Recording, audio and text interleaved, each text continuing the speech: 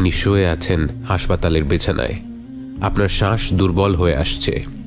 আপনার মনে পড়ছে ছোটবেলার নানা স্মৃতি, মনে পড়ছে অর্জনগুলো, মনে পড়ছে ভুলগুলো, আর অনেক বেশি আফসোস হচ্ছে যে সময়টুকু অপচয় করেছিলেন তার জন্য। যতটুকু সময় বাকি আছে তা অপচয় করা যাবে না। নিঃশব্দে ঠোঁট নেড়ে আপনি স্মরণ করলেন, লা ইলাহা ইল্লাল্লাহ মুহাম্মাদুর রাসূলুল্লাহ।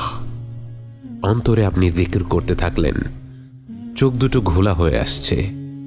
সামনে দাঁড়িয়ে থাকা কাছের মানুষগুলো ছোটাছুটি করছে, কিন্তু আপনি তাদের স্পষ্ট দেখতে পারছেন না। বরং চোখের কোণে এক অদ্ভুত আলো ধীরে ধীরে পরিষ্কার হতে লাগলো। কি সুন্দর সেই আলো, মনোরম, চোখ জুড়িয়ে যাচ্ছে। এই আলো ওরা আগে জ্বেলে দিল না কেন?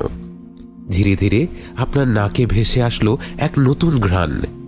এটা কি ফুলের ঘ্রাণ, নাকি কোনো সুগন্ধি? এক অদ্ভুত ভালো লাগা আপনার মধ্যে ছড়িয়ে পড়ছে এবং আপনার সব শারীরিক কষ্ট দূর হয়ে যাচ্ছে। এরপর আপনাকে পুরোপুরি চমকে দিয়ে একদল মানুষ আপনার দিকে ভেসে আসে। কিন্তু কই, ওরা তো মানুষ না। তাদের মুখগুলো এত উজ্জ্বল যেন সূর্যকেও হার মানায়। আপনার মনে পড়ে গেল রাসূল সাল্লাল্লাহু আলাইহি ওয়াসাল্লামের সেই হাদিস, এবং আপনি বুঝতে পারলেন এরাই হচ্ছে সেই ফেরেশতাদের দল যারা আপনাকে আপনার নতুন জগতে স্বাগত জানাতে এসেছে। কিছুক্ষণের মধ্যেই যেন পুরো ঘরটা ফেরেশতার নূর দিয়ে ভরে গেল।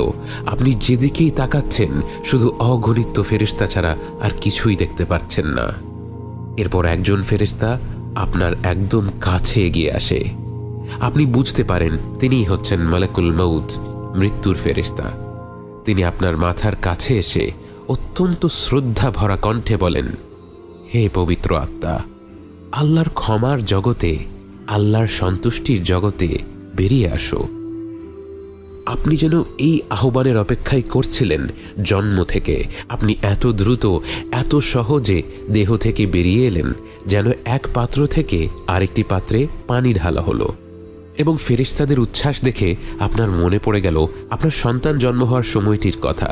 যখন শিশুটি জন্ম নিয়েছিল, প্রতিটি মানুষের চোখ মুখ ভরা ছিল উচ্ছ্বাস আর ভালোবাসা। সবাই তাকে কোলে নেওয়ার জন্য ব্যস্ত হয়ে গিয়েছিল। আজ আপনি যখন আপনার দেহ থেকে বেরিয়ে এলেন, সব ফেরেশতারা যেন ঠিক সেরকমই উচ্ছ্বাসিত। আপনাকে কোলে নেওয়ার জন্য তারা প্রতিযোগিতা করতে লাগলো। তারা আপনাকে এক স্বর্গীয় কাপড়ে আবরণ করে অপূর্ব সুন্দর সুগন্ধি লাগিয়ে দিয়ে আপনাকে নিয়ে চলল আসমানের পানে। আপনি যেন আলোর বেগে আকাশ পাড়ি দিতে লাগলেন।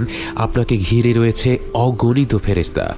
আকাশ দিয়ে ভ্রমণ করতে করতে আপনি বিভিন্ন ফেরেশতাদের দল পার হতে লাগলেন। প্রতিটি ফেরেশতাদের দল আপনার পরিচয় জানতে চাইল, আর আপনার আশেপাশে থাকা ফেরেশতারা আপনার নাম বলল, এবং সেই সাথে আপনাকে পৃথিবীতে যত ভালো ভালো নামে ডাকা হয়েছিল সেই নামে তারা বাকিদের কাছে আপনাকে পরিচয় করিয়ে দিতে লাগলো।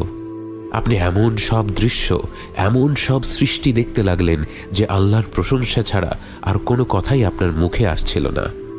এই জগৎ এত প্রকাণ্ড, এত বিচিত্র। পৃথিবীতে থাকতে যেটাকে আপনি আধুনিক প্রযুক্তি ভেবেছিলেন, সেই আধুনিক প্রযুক্তি তো এ জগতের অনুপরিমাণ বাস্তবতাও কখনো তুলে ধরতে পারেনি।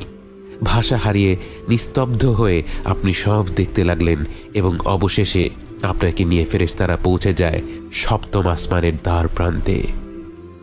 এরপর আপনার অন্তর যেন কেঁপে উঠল, কারণ আপনি সারা জীবন যেই সত্তার কাছে আপনার মনের সব আকাঙ্ক্ষাগুলো বলে এসেছিলেন, যে সত্তা তার অসীম রহমত এবং ভালোবাসার মাধ্যমে আপনার সাথে কথা বলেছিল, আজ সেই মহান রব্বুল আলামিনের কণ্ঠ আপনি সরাসরি শুনতে পেলেন। এবং তিনি আপনার প্রশংসা করে অসীম মমতা ভরা কণ্ঠে বললেন, আমার আব্দের বই ইল্লিয়িনে উঠিয়ে রাখো, আর তাকে পৃথিবীতে ফিরিয়ে নাও। আমি তাকে মাটি থেকে সৃষ্টি করেছি এবং তাকে মাটিতেই ফিরিয়ে দিচ্ছি, এবং একদিন তাকে আবারও সেই মাটি থেকেই বের করে আনব।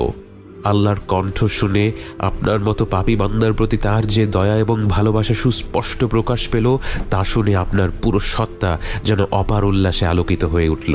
ফেরেশতারা আপনাকে আবার পৃথিবীতে ফিরিয়ে নিতে লাগলো, কিন্তু আপনি যেন আপনার রবের সেই মায়া ভরা কণ্ঠ ছাড়া আর কিছু নিয়েই ভাবতে পারছেন না। অবশেষে আপনি ফিরে এলেন দুনিয়াতে, এবং দেখলেন আপনার মরদেহ ততক্ষণে কবরে শুয়ে দেয়া হয়েছে। আপনাকেও সেই কবরেই ফিরিয়ে দেয়া হলো। আনন্দময় যাত্রা শেষে এবার কবরের জীবনের বাস্তবতা নিয়ে ভাবতে লাগলেন আপনি কতটা সৌভাগ্যবান, আপনার রব কতটা দয়াশীল, যার রহমত ছাড়া এমন আনন্দের অভিজ্ঞতা কখনোই সম্ভব হতো না। আপনার মনে পড়ে গেল আপনার